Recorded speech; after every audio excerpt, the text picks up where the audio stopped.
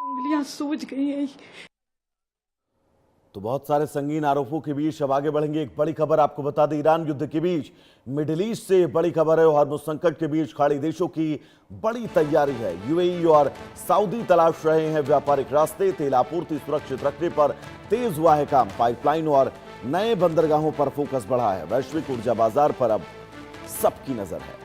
मध्य पूर्व में बढ़ते भू राजनीतिक तनाव और हॉर्मुज़ स्ट्रेट पर मंडराते खतरे के बीच खाड़ी देशों ने अपनी ऊर्जा, व्यापार, सुरक्षा को लेकर नई रणनीति पर काम शुरू कर दिया है। दुनिया के सबसे अहम तेल मार्गों में शामिल हॉर्मुज़ स्ट्रेट से वैश्विक कच्चे तेल का बड़ा हिस्सा गुजरता है।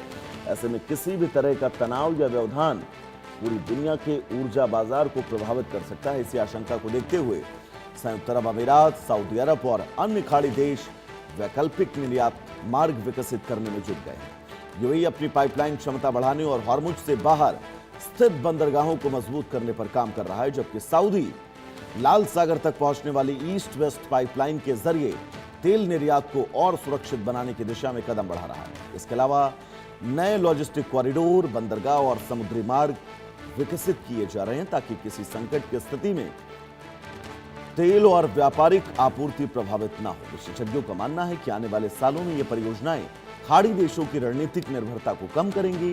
हालांकि फिलहाल वैश्विक तेल आपूर्ति का बड़ा हिस्सा भी हॉर्मुज़ स्ट्रेट से होकर गुजरता है, इसलिए क्षेत्र में जारी तनाव का असर अंतर्राष्ट्रीय बाजार में जरूर देखने को मिलेगा।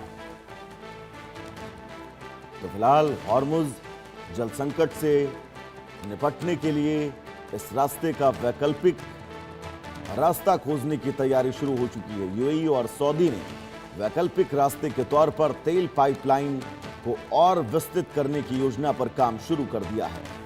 बंदरगाहों पर भी फोकस रहेगा। बड़ी मात्रा में और बंदरगाह बनाए जाएं जो हॉर्मुज़ जलडमरू मध्य यानी कि हॉर्मुज़ स्ट्रेट को बाईपास कर सके,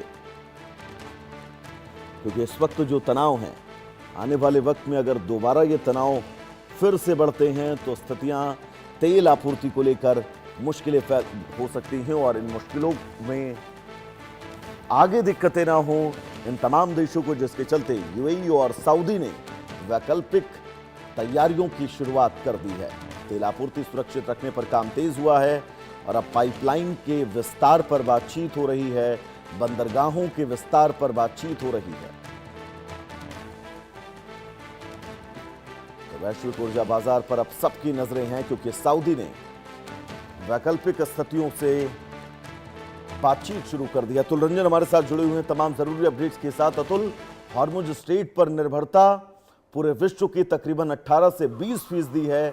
ऐसे में इस रास्ते का पिछले कई महीनों से बंद रहना, इस रास्ते पर पिछले कई महीनों से चुनौतियां रहना, यह तय कर रहा है कि विश्व को अब किसी और विकल्प की तरफ बढ़ना होगा। अतुल। बिल्कुल आपने बहुत ठीक कहा कि तकरीबन 20% जो दुनिया की जो तेल और एलएनजी सप्लाई है वो स्ट्रेट ऑफ हॉर्मुज़ से होती है। और जिस तरह से पिछले 48 घंटे में तकरीबन स्ट्रेट ऑफ हॉर्मुज़ जो है पूरी तरह से ठप पड़ गया है, उसके बाद जो सऊदी अरब हैं और यूएई जैसे देश हैं वो वैकल्पिक रास्ते जो है वो तैयार कर रहे हैं कि आखिर किस तरह से ऐसी स्थिति में जो तेल का आयात है और एनर्जी के जो आयात है उसको किस तरह से जो है सुचारू बनाए रखा जा सके। इसको लेकर जो सऊदी अरब की जो रणनीति है उसकी अगर मैं बात करूँ तो सऊदी अरब का जो 1200 किलोमीटर का ईस्ट वेस्ट क्रूड जो है ऑयल पाइपलाइन जो है उसकी जो क्षमता है वो तकरीबन बताया जाए तकरीबन 70 लाख बैरल जो है वो तेल एक दिन में जो है सप्लाई करने का है। फिलहाल उसकी क्षमता जो है 30 से 40 लाख बैरल ही है। तो सऊदी अरब सरकार जो है उस दिशा में काम कर रही है कि आखिर किस तरह से east west crude oil corridor जो है उसकी क्षमता को कैसे मैक्सिमाइज किया जा सके। तो उसको लेकर जो तमाम जो इंफ्रास्ट्रक्चरल अपग्रेड्स की जो ज़रूरतें हैं वो जो है सऊदी अरब सरकार कर रही है, जिसके बाद जो है उसको बढ़ाया जा सकेगा। अब जो यूएई की सरकार है उसका बताऊं तो उसका जो फुजौरा नाम का जो मास्टर प्लान है उसके तहत तकरीबन 380 किलोमीटर लंबी जो है एक Abu Dhabi crude oil pipeline का पूरा इस्तेमाल जो है वो किया जा रहा है।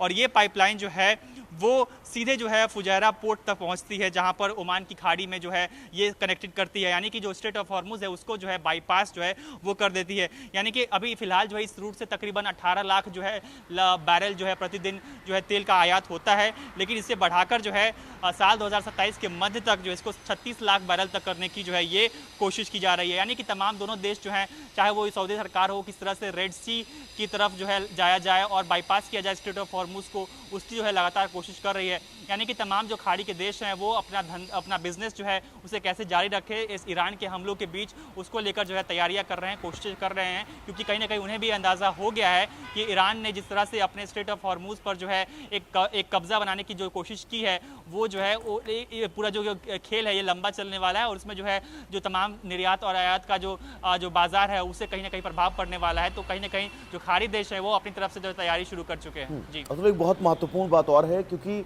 बंदरगाहों के डेवलपमेंट को लेकर, नए बंदरगाहों की स्थापना को लेकर भी अब ये देश जो हैं वो तैयारियां कर रहे हैं। ये पॉइंट क्या कुछ हो सकते हैं, एक बार समझाइएगा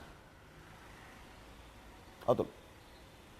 जी बिल्कुल, देखिए गोल्डमैन सैक्स जो है जो काफ़ी जो प्रमुख बिजनेस एनालिस्ट कंपनी है जो दुनिया के आर्थिक स्थिति को लेकर जो है टिप्पणी करती रहती है, उसका ये कहना है कि अगर ये दोनों देश अपना जो है साल 2028 के अंत तक जो है इस तरह का जो अपना जो इंफ्रास्ट्रक्चरल अपग्रेड्स का प्लान है, अगर इसको पूरा कर पाते हैं तो दुनिया का तकरीबन 60% 60% जो तेल और LNG का जो आयात है वो बिना स्ट्रेट ऑफ हॉर्मुज के जो है उसको बाईपास करके हो सकता है। बिल्कुल तो ये बाईपास किया जाना अतुल बहुत जरूरी भी है, क्योंकि इस तरह से अगर बाधाएं आएंगी तो विश्व में तेल आपूर्ति की चुनौतियां जीवन भर, उम्र भर बरकरार रहेंगी। फिलहाल अतुल आपका बहुत बहुत शुक्रिया इस तमाम जरूरी अपडेट्स के लिए। यहां पर रुकेंगे एक छोटे से ब्रेक के लिए, कहीं जाइएगा नहीं। इंडिया न्यूज पर खबरों का सफर लगातार जारी रहेगा। नमस्कार।